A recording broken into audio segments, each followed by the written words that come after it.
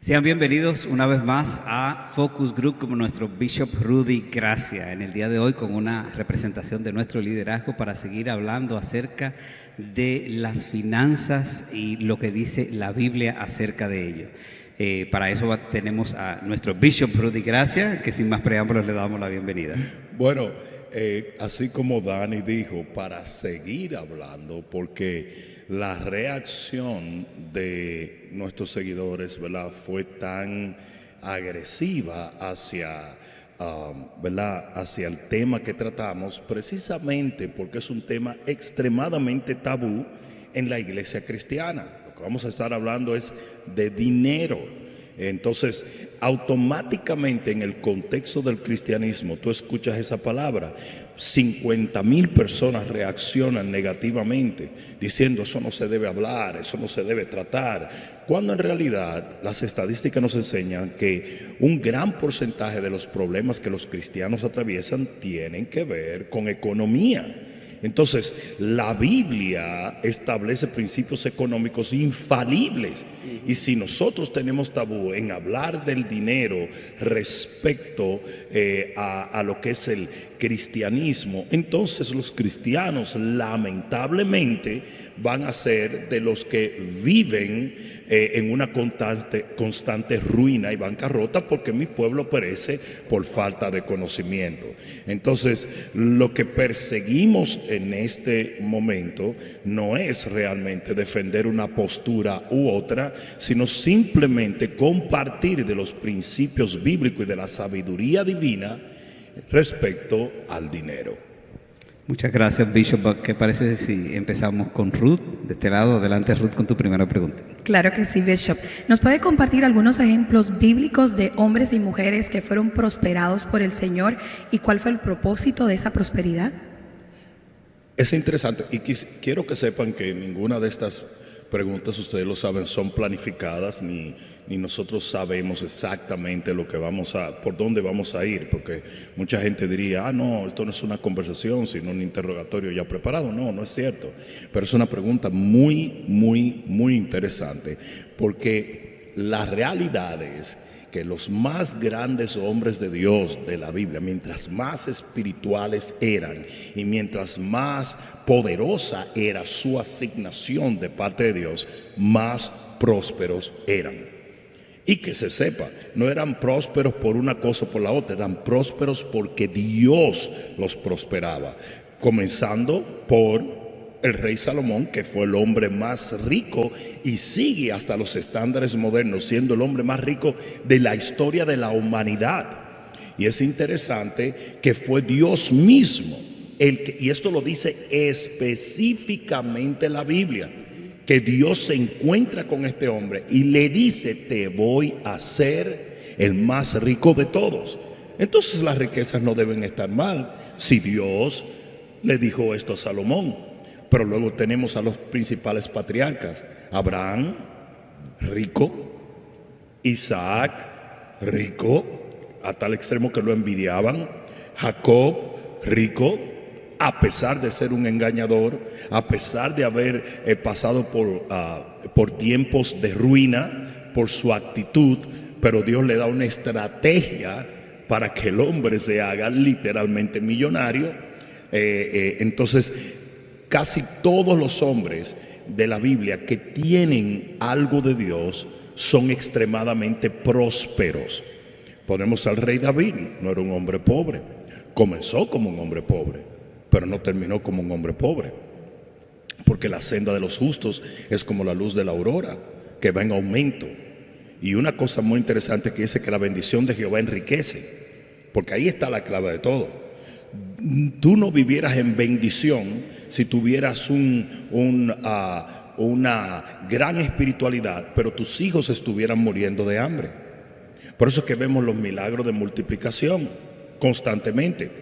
Aún los profetas, que su objetivo principal no era prosperar, porque tenemos reyes, sacerdotes y profetas como figuras principales de los hombres que le sirven al Señor, cada cual tiene un énfasis y el rey es el más próspero de todo. Aún los profetas o los sacerdotes que no tenían como énfasis principal reinar en abundancia, eran hombres prósperos. Y no solamente eran hombres prósperos, sino que desataban la prosperidad en todo aquel que estaba alrededor de ellos. O sea, para dejarlo por asentado, si tú vas al salón de la fama de la fe, que es Hebreo capítulo 11, y buscas cada uno de esos hombres principales destacados por su fe, el 99.9 de ellos, o de los seres, de los individuos que son mencionados allí, fueron personas prosperadas porque la bendición de Jehová enriquece.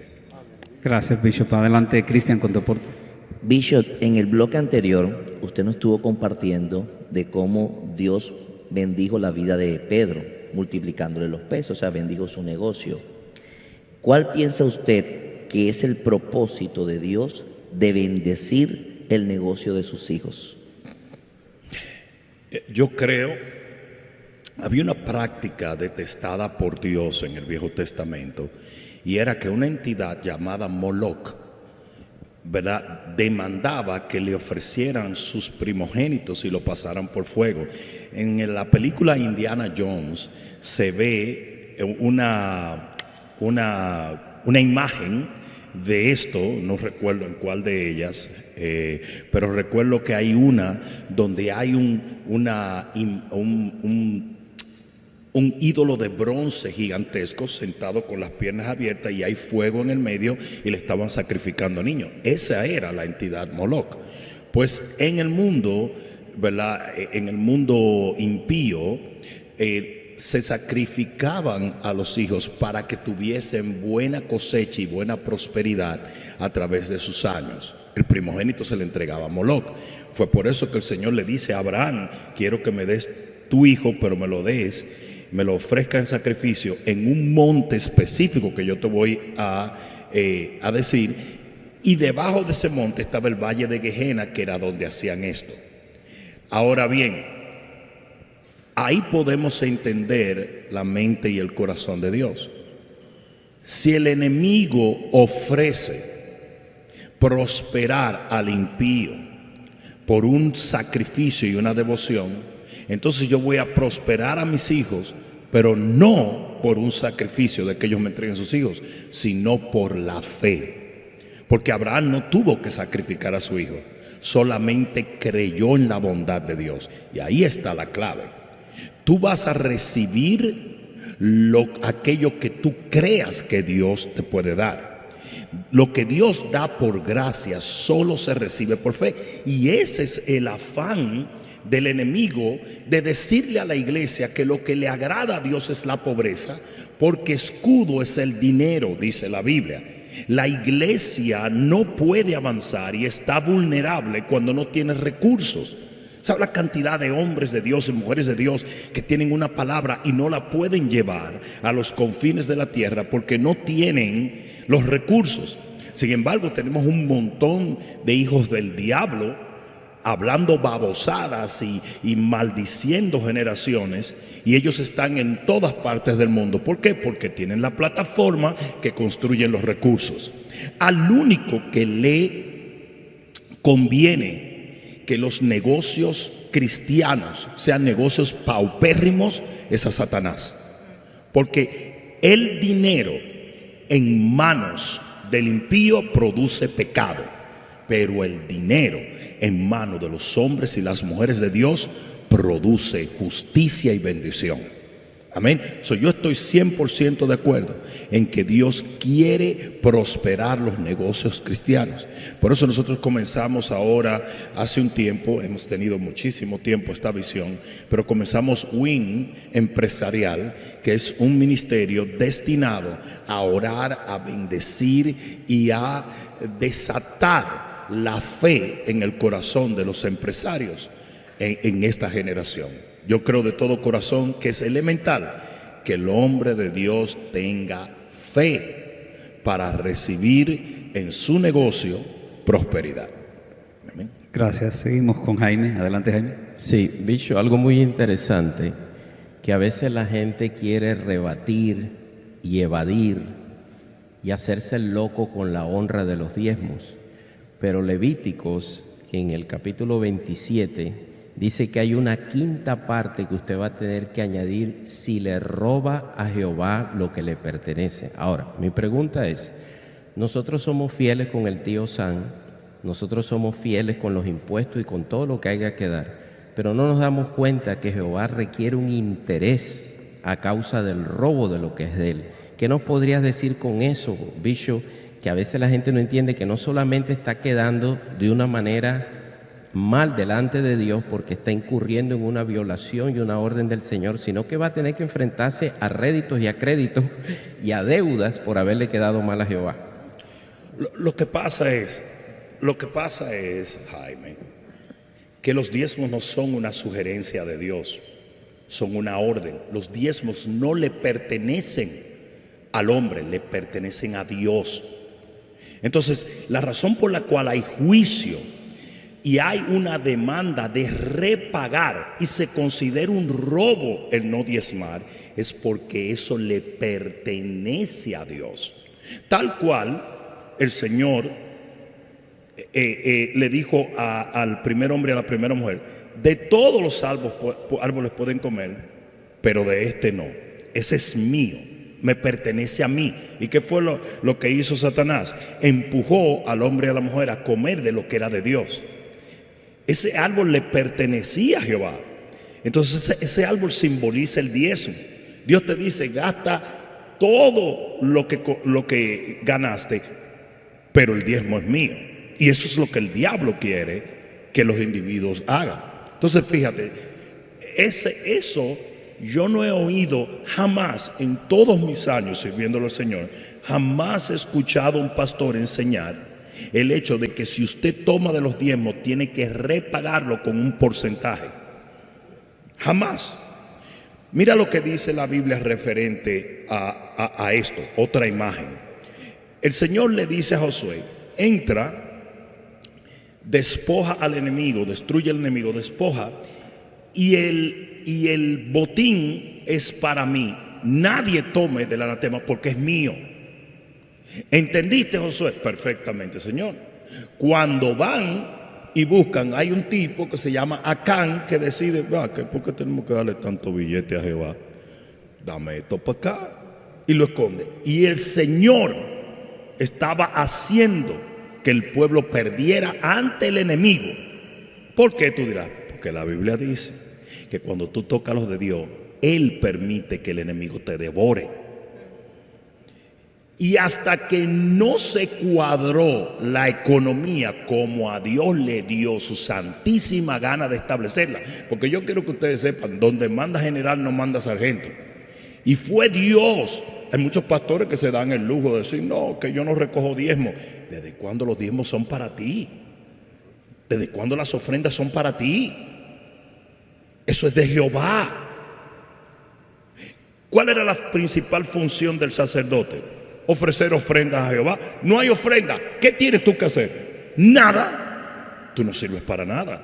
Como sacerdote tú no sirves. Porque tú no solamente vas a ofrecer ofrenda de adoración, ofrenda de la gente. No, usted tiene que ofrecer también ofrendas a Jehová. Entonces, aquí es donde viene el punto. Hasta que no se cuadró eso y fue juzgado Acán, si no me equivoco, ¿verdad? Fue juzgado Acán por haber tomado lo de Jehová. El pueblo no prosperó. Hay un efecto en todo, no solamente en la casa, sino en la iglesia, cuando hay gente que le roban a Dios. Y si le roban, ¿por qué? Porque eso le pertenece a Jehová. Y si usted va ahora vamos a decir: no, yo no le robé, yo le tomé prestado. La única manera que tú puedes expresar eso a Jehová es devolviéndolo con un 30%, como dice la Biblia. Como dice la Biblia. Amén. Amén. Gracias, Bishop. Adelante, Pastor Juan. Sí, Bishop. Bueno, estaba viendo unas estadísticas de casi 13,000 millones, 13,000 millonarios que hay en el mundo. El 56% son judíos. Pero en el segundo rango están los cristianos como con un 7%, luego los musulmanes por un 4%. O sea, ¿será que todavía no nos amanece que nosotros somos el Israel espiritual? Que también nosotros deberíamos estar compartiendo unos niveles más altos de personas que son multimillonarios. Porque la Biblia dice claramente, Cristo nos redimió de la maldición de la ley. Hecho por nosotros maldición. Él tomó la maldición para darnos la bendición de Abraham, que fue precisamente, como decías ahorita, de cierto te bendeciré. Y dice la Biblia que fue el único lugar que Dios levantó su mano y juró. O sea, Dios no juró para sanar a una gente, ni para hacer otra cosa, sino juró para prosperar a alguien. ¿Qué te parece, Bishop? ¿Los cristianos estamos asumiendo eso o realmente decimos, no, es el pueblo de Dios, pero nosotros somos el pueblo de Dios? ¿Qué te parece? Claro, muy interesante que nosotros seleccionamos las cosas que queremos obedecer y las que no queremos obedecer las desechamos. ¿Es verdad? Podemos orar como el pueblo de Dios oraba, aún podemos ayunar, podemos creer por milagros. Todo eso nos conviene, pero lo que no nos conviene, decimos, no, ya eso no aplica. La realidad es, una cosa que yo quiero dejar por asentado es que Dios no multiplica tu dinero. Desde el punto de vista de Dios, Dios multiplica tu sementera. Déjame explicar porque es diferente. ¿Qué es tu sementera? Tu habilidad de sembrar, son las semillas. Desde el punto de vista de Dios, Dios prospera a sus hijos para que ellos siembren, no para que lo consuman todo. Hace mucho tiempo, Fidel Castro se le ocurrió darle 1 libra de frijoles a cada cubano para que ellos sembraran eso en su patio. Y dijo, y en un tiempo va a haber frijoles que no vamos a saber qué hacer con ellos. El 99%, nada más la abuela de Fidel Castro fue la que sembró eso. Todo el mundo hizo su potaje y se lo comió. Pues eso mismo es lo que pasa con muchos en la iglesia. Nosotros creemos que Dios multiplica nuestro dinero para nuestro disfrute. Así no es. La Biblia dice en el libro de Deuteronomio, y esto es muy importante, dice, porque Dios te da el poder para hacer las riquezas a fin de que sea confirmado su pacto que hizo con tus padres sobre la tierra. Hay una unción para prosperar al que financia la propagación del pacto de Jehová. En otras palabras, lo que estoy tratando de decir es esto: la prosperidad económica viene para que los cristianos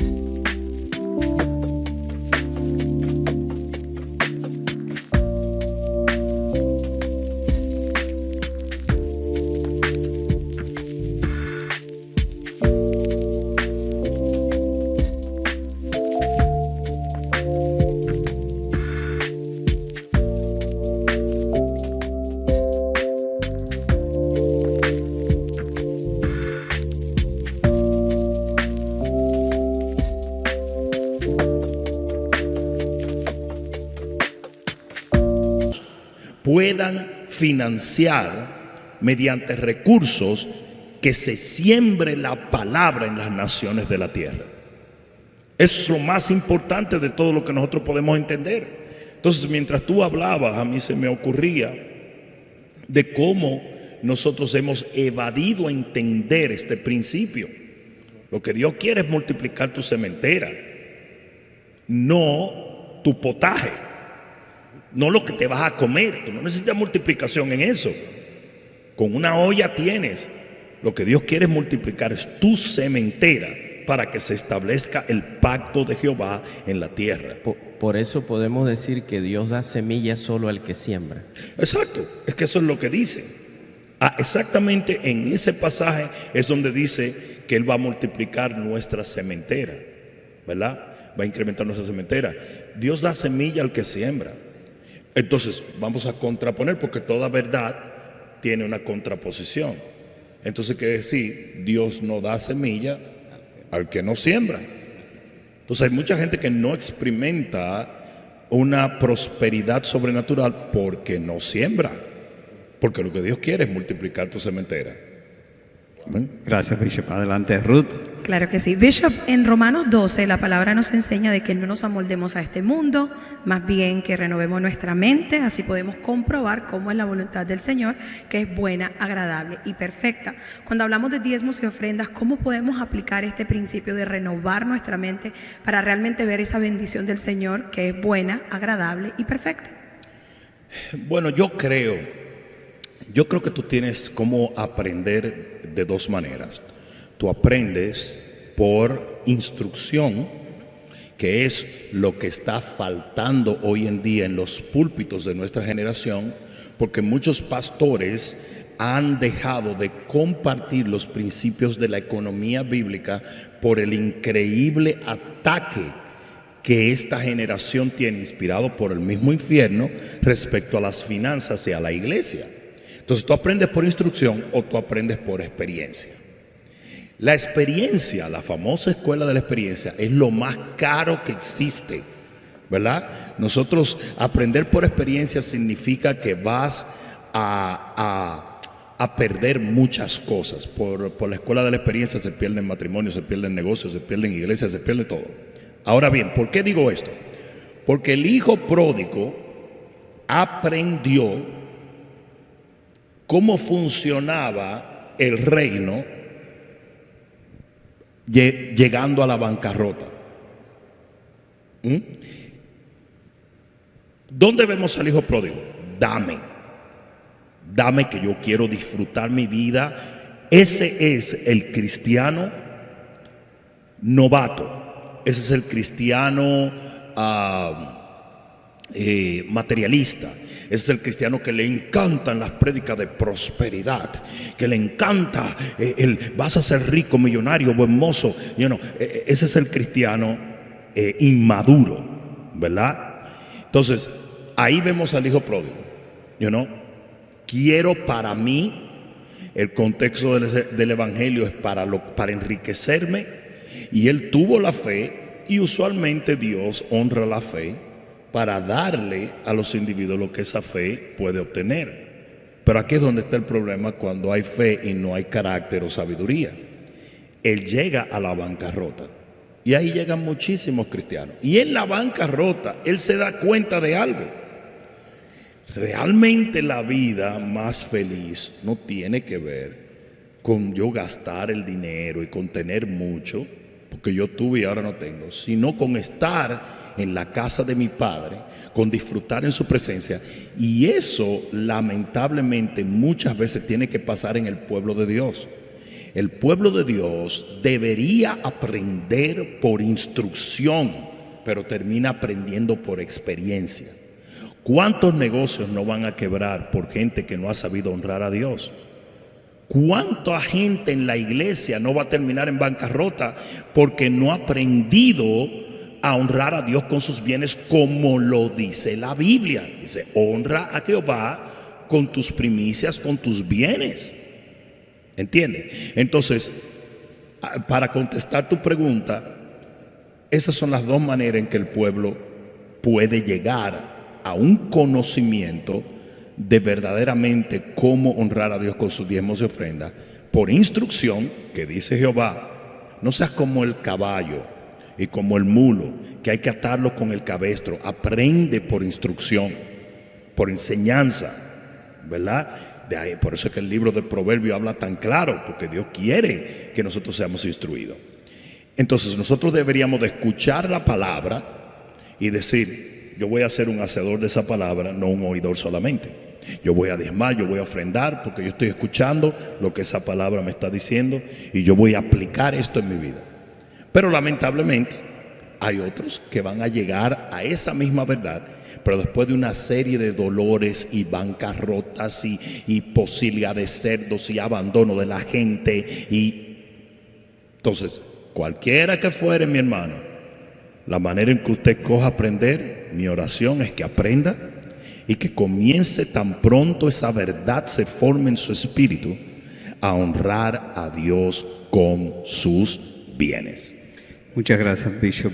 Una pregunta que anda en el ambiente, en mi cabeza, mientras hablamos de la abundancia y de este principio. ¿Es siempre, Bishop, la estrechez económica una maldición? No, absolutamente no. Absolutamente no. ¿Puede haber propósito? Sí, claro que sí. Por ejemplo, era la manera en que Dios enseñaba al pueblo en muchos momentos. O sea, Dios instruía al pueblo por escasez. Tú no me vas a obedecer, yo voy a permitir que venga ahora otro pueblo y se lleve lo tuyo. Como mismo no podemos decir que ser rico es una señal de prosperidad, es una señal de fe, tampoco podemos decir que ser pobre es una señal de maldición. Tú puedes ser pobre por un sinnúmero de factores que no tienen que ver nada con la espiritualidad. Tú puedes ser pobre por mala administración, tú puedes ser pobre por el contexto, tú puedes ser pobre por la familia de donde vienes, tú puedes ser pobre por situaciones de la vida, un divorcio, una bancarrota. Hay un millón de maneras que no tienen que ver con lo espiritual, que en este caso sería una maldición. Esa es una. Y otra, no toda pobreza es una maldición, en el sentido de que a veces nosotros necesitamos un par de palos para aprender ciertas cosas que son elementales. Por ejemplo, ¿quién sabe si el hijo pródigo, que hablamos hace un momento de él, nunca hubiera llegado a la luz si no llega la posibilidad de los cerdos?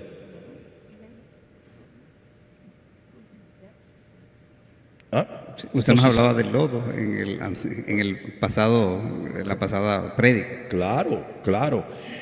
Muchas de las experiencias negativas que a nosotros nos pasan no son necesariamente negativas, son negativas porque no nos gustan en el momento. Pero la realidad es que si tú miras el marco de toda la eternidad, no son negativas. Yo comparto una enseñanza de los beneficios de la fosa de los leones. Eso fue extremadamente beneficioso para todo el mundo, incluyendo a Daniel, que tuvo que pasar por ese trago amargo. Si tú logras aprender de las circunstancias adversas que tienes, entonces no tuviste una circunstancia adversa, tuviste una lección. Entonces no, la pobreza ni es un indicativo de maldición siempre, ni es una maldición en muchos casos. Muchas gracias. Adelante, Cristian. Creo que con la última pregunta. Claro. Bishop, ¿cómo no confundir la avaricia con la prosperidad que viene de parte de Dios? Todo tiene que ver con el corazón que tú tengas. Precisamente, yo estaba conversando con alguien, a ver con quién era, bueno, no sé si era contigo, Pastor Juan, pero estábamos conversando de que tu manera de combatir la avaricia es diezmando y ofrendando. Es la prueba de que tú entiendes que tu relación con Dios es más importante que lo que tú puedas hacer con la totalidad de tu dinero. Es por eso que el diezmar y ofrendar no es un negocio, es adoración. Y ahí es donde se pierde el evangélico. El evangélico, que es carnal, ve el tema de los diezmos y las ofrendas como un negocio. Esto es un negocio. Esto no es un negocio. Esto es adoración. Porque la Biblia dice que no puedes servir a dos señores. No puedes servir a Mamón y al Señor. Porque vas a amar a uno y vas a odiar a otro. Si usted es una persona materialista, avara, una persona ambiciosa, una persona que está, ¿cómo te digo?, enamorado del dinero o ama el dinero, entonces usted es una persona que está literalmente rindiendo culto a Mamón, que es el espíritu del dinero. Pero cuando usted diezma, ofrenda, siembra, le da al pobre, dice que el que le da al pobre le presta a Jehová. Entonces, cuando usted es una persona de generosidad con sus bienes, usted está representando una adoración genuina a nuestro Dios, que dio, no dinero, Jesús dio su vida para que otros pudiesen vivir eternamente. Este es un reino que se establece no por el querer tener, sino por el querer dar. Por eso es que dice, haya en vosotros este sentir que hubo en Cristo Jesús, que no tomó nada de su vida, ni siquiera su propia deidad, como cosa de que aferrarse, sino que le entregó por obediencia a Dios en sacrificio por otro. Tiene que haber ese sentir en todos ustedes, y ese sentir se tiene que reflejar en las finanzas. Donde tú tienes tu finanza, tú honras a Dios, tú honras a las autoridades, tú le das al pobre, tú le das al que necesita. Así nosotros podemos delinear que no es avaricia, o no es, más bien, debemos usar la palabra correcta, más bien no es una ambición desmedida, sino algo que viene de Dios. Es un deseo de prosperar que está produciendo prosperidad. Amén. Recuerden que la palabra prosperidad viene del hebreo evudú, que quiere decir tener a alguien mayor que tú acompañándote en el camino. Recuerden que la prosperidad no viene por estrategias, ¿verdad? Las estrategias vienen de una comunión con Dios. O sea, el hecho de que Jacob se hizo millonario destruyendo la economía de Labán no fue porque él era más sabio, sino porque Dios le dio una estrategia. Pero Dios le da esa estrategia porque Jacob era un hombre que tenía una relación con Dios a pesar de sus errores. Entonces no confundamos las cosas. La prosperidad viene exclusivamente por tener a Dios caminando contigo en el camino, en comunión contigo y dándote las estrategias pertinentes para que tú puedas prosperar. Muchas gracias al panel, muchas gracias Bishop por compartirnos sabiduría a la luz de la palabra de Dios, y gracias a ustedes por estar con nosotros. Nos vemos en una próxima entrega.